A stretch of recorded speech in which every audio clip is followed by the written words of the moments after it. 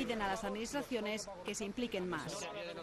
En Onda está cayendo casi el 90% de todas las empresas y no se está diciendo nada por ninguna televisión ni nada. Como si no nos diera importancia, todos los años que hemos estado trabajando, como si no nos diera importancia.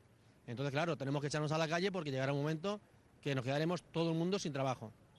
Y ahora pues empezamos nosotros porque llevamos sin cobrar mucho tiempo y ahora veremos quién nos va a ayudar. La Generalitat argumenta que ha puesto en marcha políticas de fomento de la competitividad y planes de impulso de la economía y que ya ha solicitado una reunión con el Gobierno central. Pero es que ni siquiera tenemos la posibilidad de explicarle al presidente del Gobierno ni al ministro de Economía cuál es la problemática de nuestra provincia o de nuestra comunidad.